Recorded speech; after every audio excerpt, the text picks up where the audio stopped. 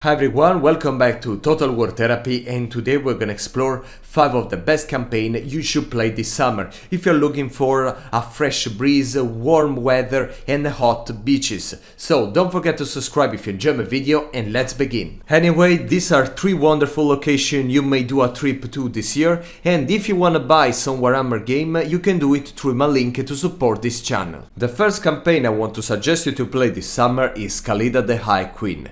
You start at the border between the Darklands and the Badlands, and this is a warm area. I would not suggest you to have a swim because between the Bitter Sea and the Straits of Nagash you will never know what kind of beast you will find underwater, but you can still enjoy the breeze coming from the Gulf of the Sea of Dread.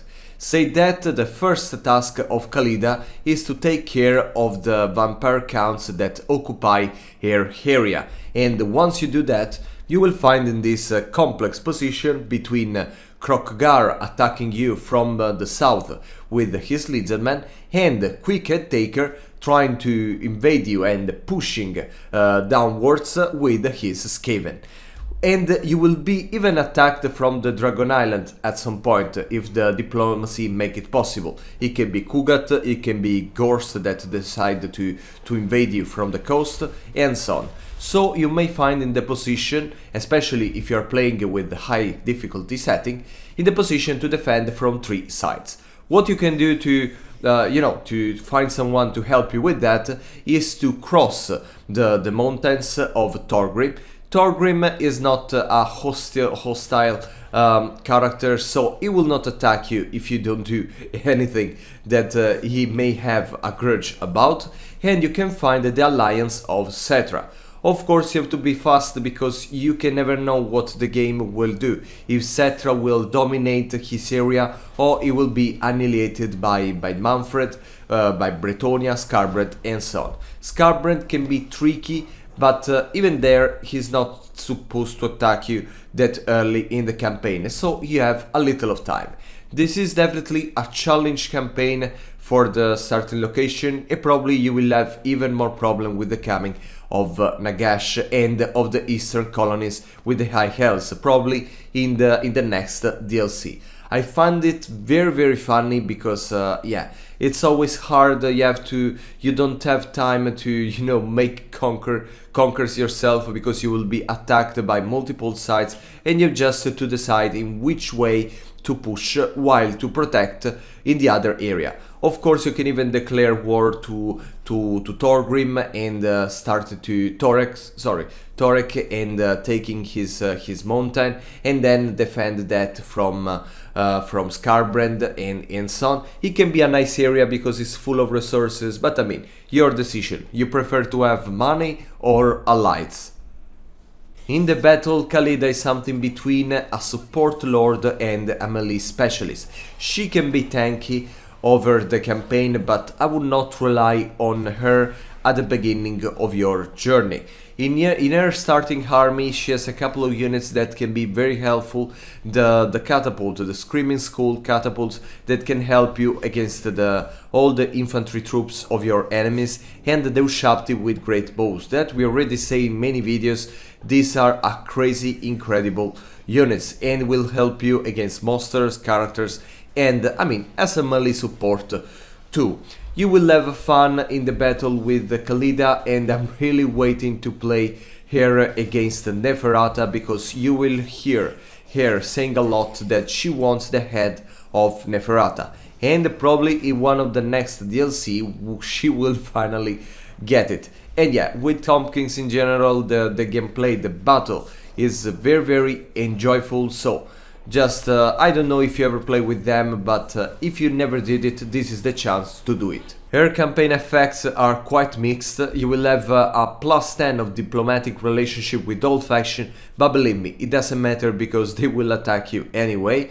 A better research rate, a control that it can be good because especially at the beginning you will deal with a very corrupted area from vampires, from Skaven and so on. She's kinda the missile lord of this faction, even if she doesn't have a missile attack, so she will grant more ammunition to her armies. She will suffer less attrition, and even this case is all linked to the corruption you will encounter in your campaign. And then all her army has the poison attack that yeah, it can be scary if you play against her, and it can be a very advantage if you play with Khalida. The second campaign I suggest you to play this summer is Rakarth, the Beast Lord of Dark Elves. You start at the edge of Lustria, that, as you know, in Lustria is summer all the year, so it doesn't matter in what season you play with him, you will still have a hot time there. And you know, between jungles and beaches, you will have a lot of fun with your friends, and maybe you can have a swim, just be careful of little lizards around. Rakarth starts in this location where you don't have big legendary lords as enemies at the very beginning, and you can decide where to push, if pushing more against the north, and you will find a school taker that will not be necessarily hostile to you in the early campaign, but it can be a problem later. And at some point Yambo can be a powerful lord because he will attack you from the coast, he will bypass the lands occupied by other faction, and it will attack you from the sea. So you have always to protect your sea lands, or I mean generally your coast, maybe with an arc. And from the south, you don't have particularly problem. You can have some dwarves, some Tomkins, and at some point the Lizardman Lord that I always forget the name. I mean, I don't forget the name, I just know how to pronounce it. But yeah, it's not a hard campaign because you don't, as I say, you don't have particularly strong enemies that will push towards you, so you can decide where to attack and where to expand, and still have a lot of fun. In the battlefield, Rakarth is specialized in monsters, and even if when he is on foot he will not do a great job, when he starts to unlock all the mounts and the big dragon at the end, he will be a very powerful melee lord. His starting army is not that big. You have a couple of black swords, a couple of dread spears, but you have shades with great swords that, as you know, they are some of the greatest missile infantry in the game.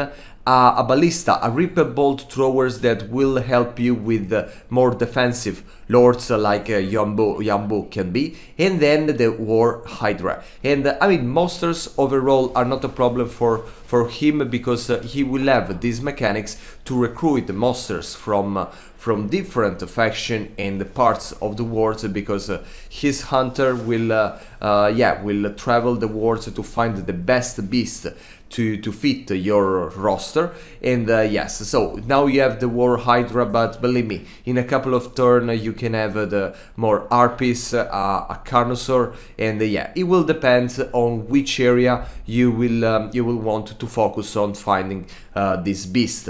About his campaign effects, as I said, he will have access to these unique mechanics, and then he will have a reduction of the upkeep for all the monstrous units.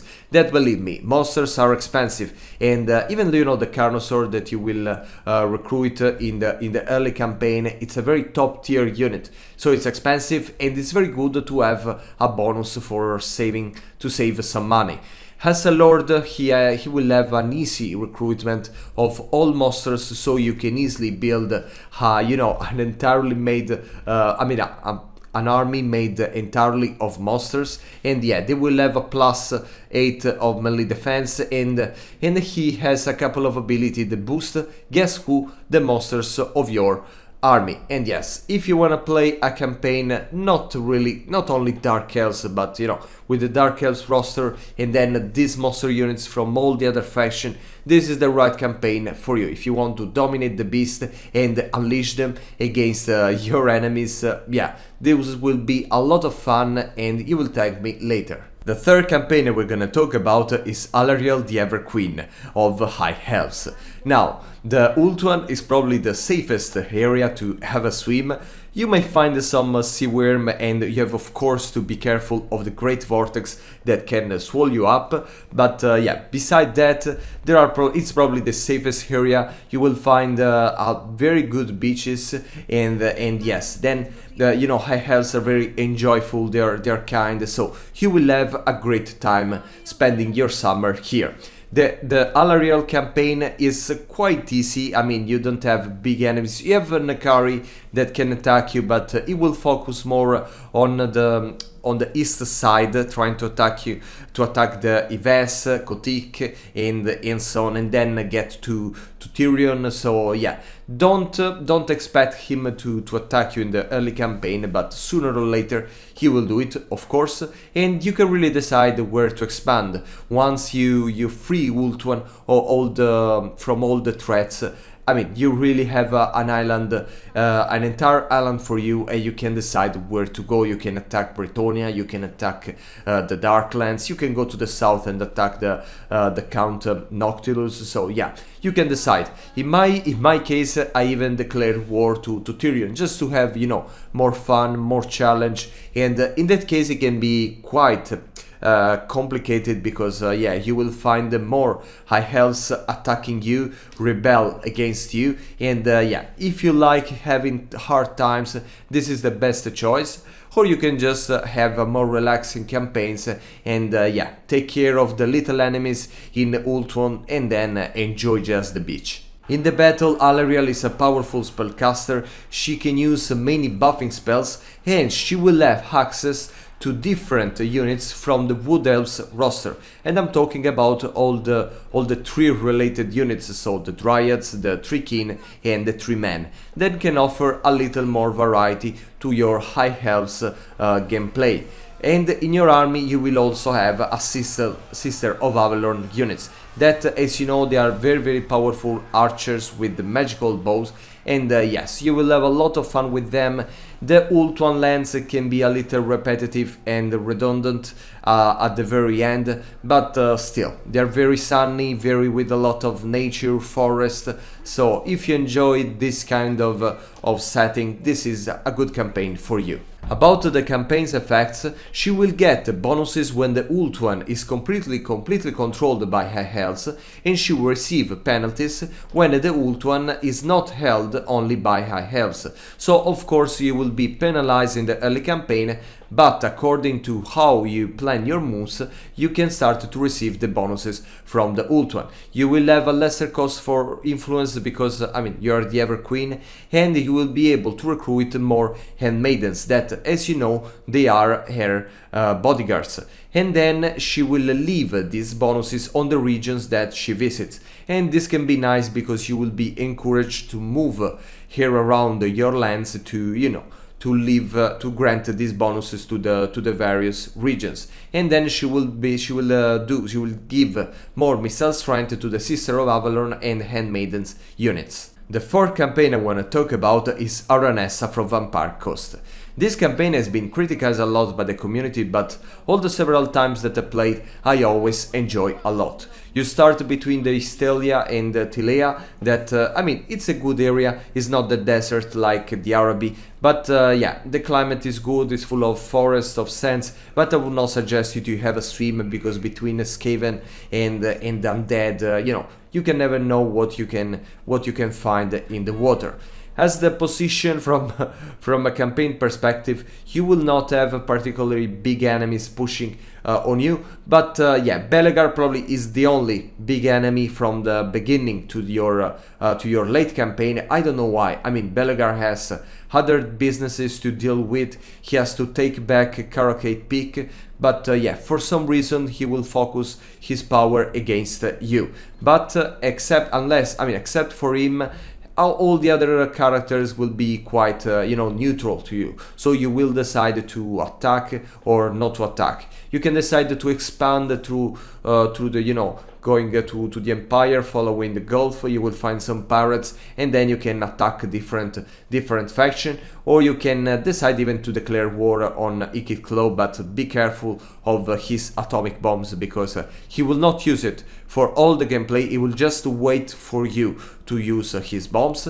Or you can attack, that it's what I do generally, to attack the Araby and you know, fight against the Bretonnian Knights and the Tom Kings, if you decide that. And yeah, you can expand in the Badlands, in the Southlands, But what I really suggest you to do is just to travel around to reach Norska, the Ultuan, the Lostria, to keep your headquarters safe, especially from dwarves, and then travel around and build many vampire coves that will be the pirates coves, sorry, that are the one that will grant you a good economy to your faction. In the battlefield, she's a very sturdy lord, she's very tanky, she has a lot of different abilities that can serve multiple purposes, and she will have access to ogre units and to Sartosa units that are basically pirates but not undead.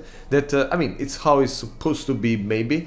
And yeah, so if you want to have access to some different units to add more variety, this is the best campaign from the Vampire Coast factions. And yeah, at the beginning you will have access to a unit of rotting Prometheans that can be, your bulwark in the early campaign, and then to a couple of deck gunners. These are very powerful missile, I think more artillery than infantry units. They are just snipers with armor piercing damage, so they will bring the havoc to the battlefield, and they will help you a lot through all the campaign. But be careful because they are undead, so if they charge by other units they can fall down quite easily.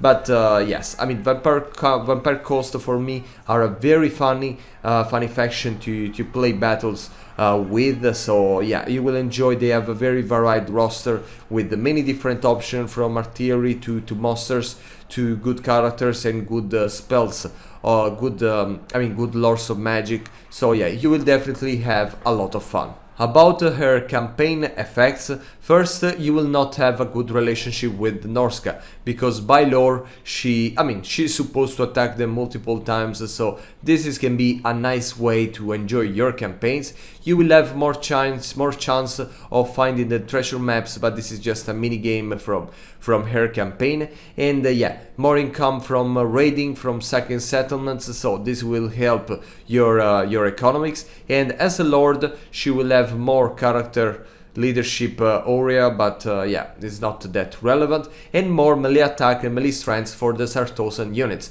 That she's the only lord that has access to them, so yeah, they will by default they will have these bonuses. So a really nice campaign. As you can see, you can travel the world and fight with whoever you want, and if you never had give a try, this is the time, this is the summer to do it.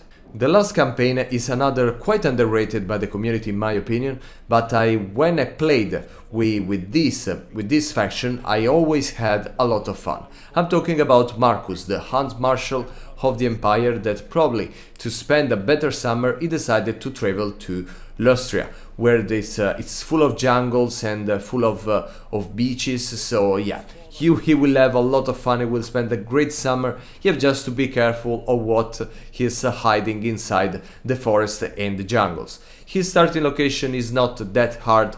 This campaign is harder more for the mechanics themselves than the starting location, because he will get access to the units in a very unique way. He can find some allies in Yombo from Grand Cathay and in Alberic from Bretonia. The lizardmen are not generally hostile to humans, but to you they will be, because in your campaign mechanics, the more power you get in the Lostria, the more you go forward in your campaign, the more the lizardmen will start to hate you. So be careful of that. Skulltaker can be another big opponent in the early campaign, because you will be a very tasty prey for him, especially at the beginning. And then Luthor can attack you from the coast, but this is more in the mid-late campaign. There is Rakarth that I don't know why he's never a big problem here.